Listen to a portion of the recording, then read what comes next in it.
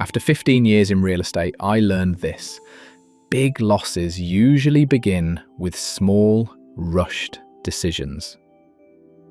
Yesterday's Florida news, including a $74 million housing project, proves how opportunity and risk can arrive together.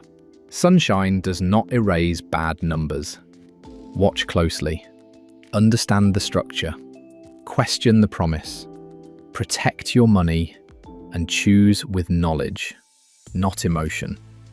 Florida's first real estate story is this. Developers want to place 364 income-restricted apartments on part of a Miami-Dade school property. Confused? Good, let me simplify it. This is not about turning classrooms into bedrooms. Oh no, not even close. The proposal uses extra public land beside the school because land is one of Miami's biggest housing costs. Here is the real hook. Teachers, bus drivers, cafeteria workers, nurses, and local families may work nearby but cannot afford to live nearby. So the project asks a powerful question. Can unused public land become housing that keeps essential workers inside the community instead of pushing them farther away for years to come? But wait, 364 apartments can solve one problem and quietly create 5 others. Picture morning traffic, school buses, resident cars, construction crews, and children all using the same area. The project only succeeds if entrances, parking, security, drainage, and traffic are designed properly. Future tenants also need to know the actual rent, income limits, fees, and how long affordability lasts. A cheap apartment can become expensive through parking charges or yearly increases. So, what should families do? Demand the traffic study, lease rules, security plan, and affordability period in writing before celebrating the number 364 as a housing victory too early.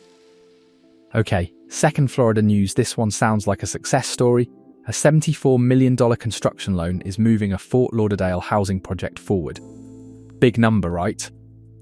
But wait, the building will contain 376 apartments, and 207 of them, about 55%, are planned as workforce housing.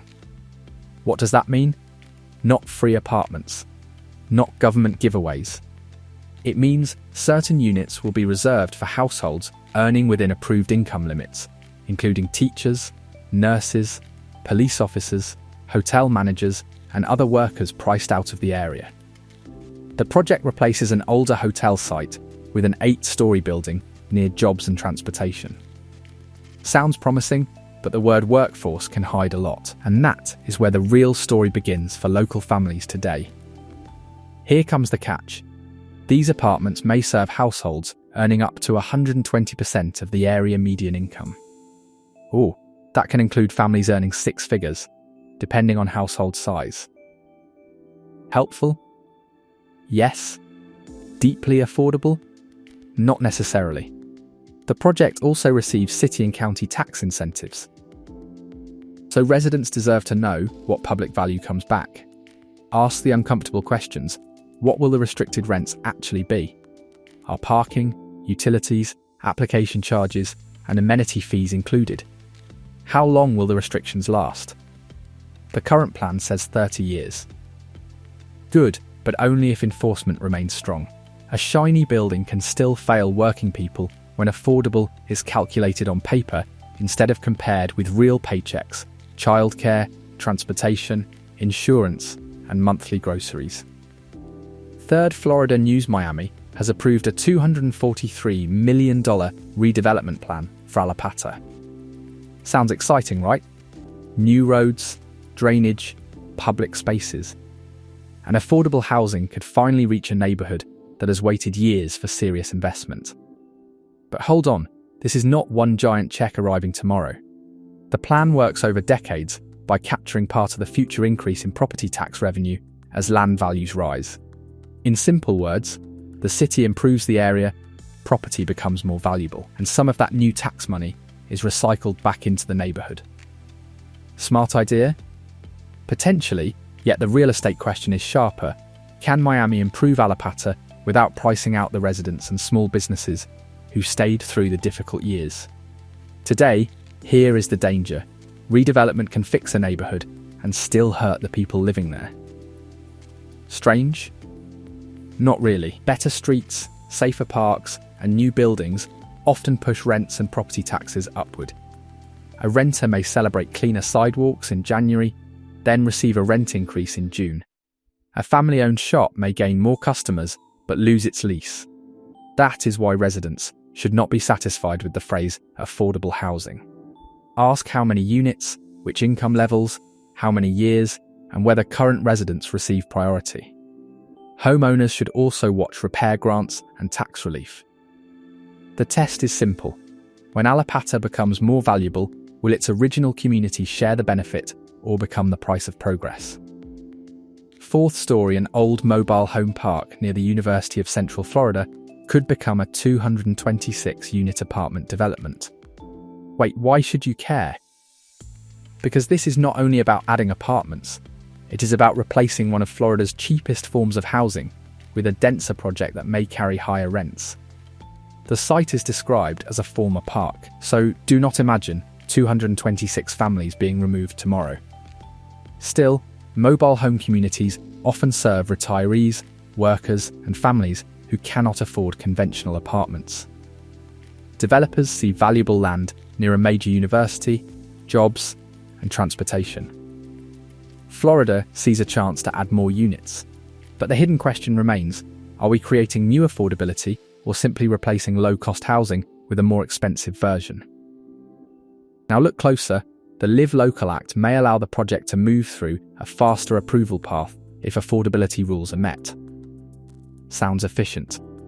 But affordable is a legal calculation, not a promise that every former mobile home resident can pay the rent. Big difference.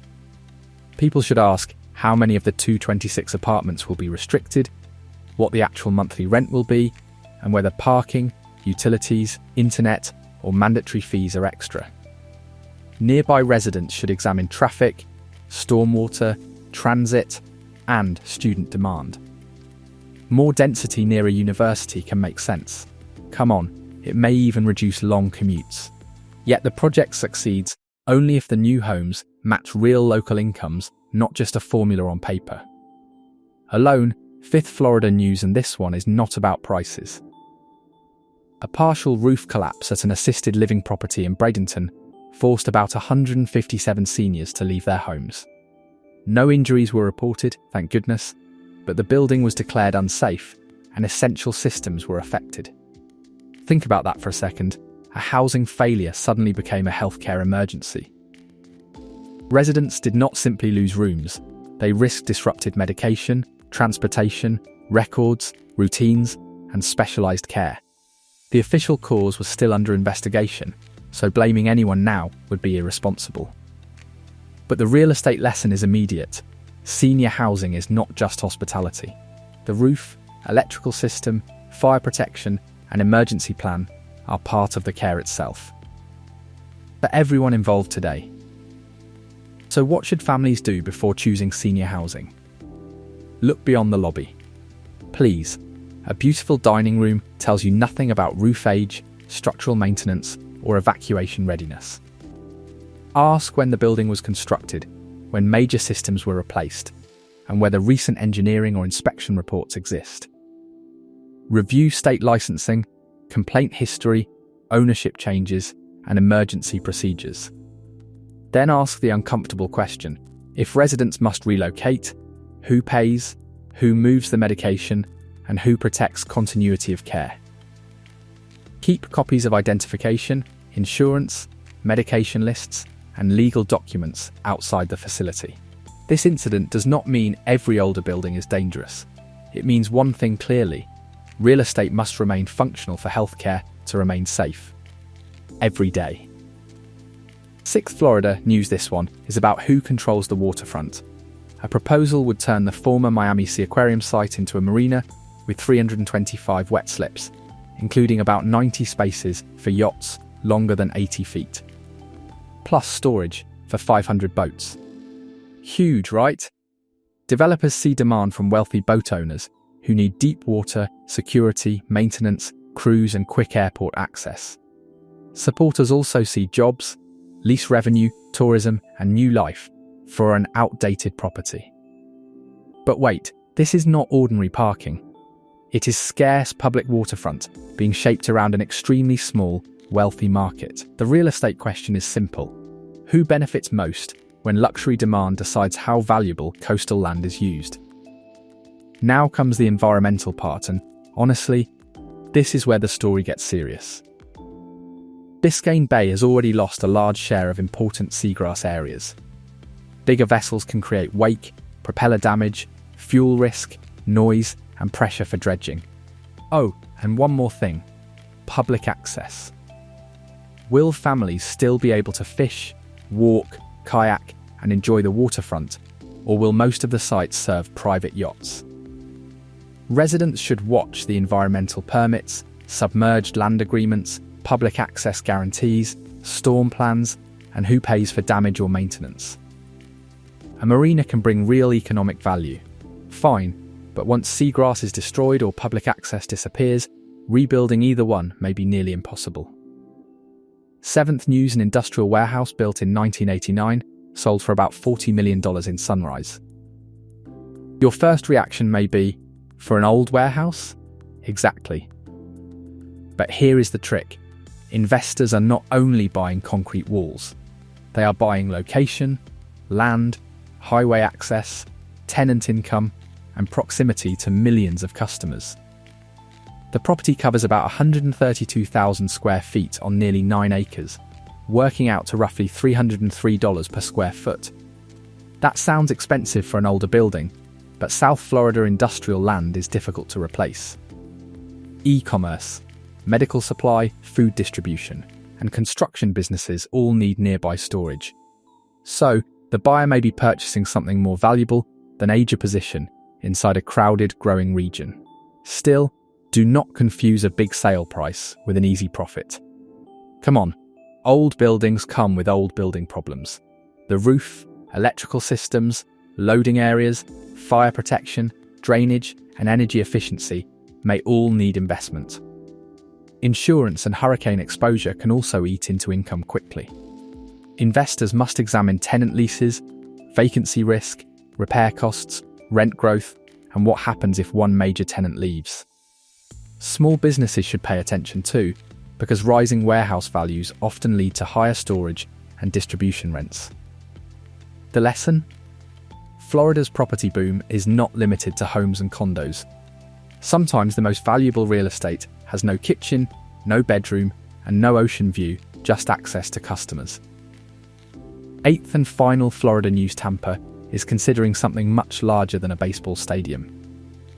The proposal includes a $2.3 billion ballpark surrounded by more than 8 million square feet of housing, offices, hotels, shops, restaurants, entertainment, public space, and a rebuilt college campus. Sounds like a new city inside the city, doesn't it? Supporters say year-round development could create more jobs and tax activity than baseball games alone. The Rays have also discussed major private investment. But hold on, the current agreement is not final, and important funding questions remain. Renderings look beautiful. Of course they do. The real test is whether employers sign leases, residents move in, and promised economic activity actually arrives. Here is where taxpayers must stop admiring the pictures and start reading the numbers. The proposed public contribution could approach $976 million, while the team has discussed contributing about $1.27 billion and covering overruns. That is serious money. Residents should ask which taxes are pledged, who owns the land, who pays for roads and utilities, and what happens if costs rise. Housing details matter too, how many units, at what prices, and whether any are income restricted.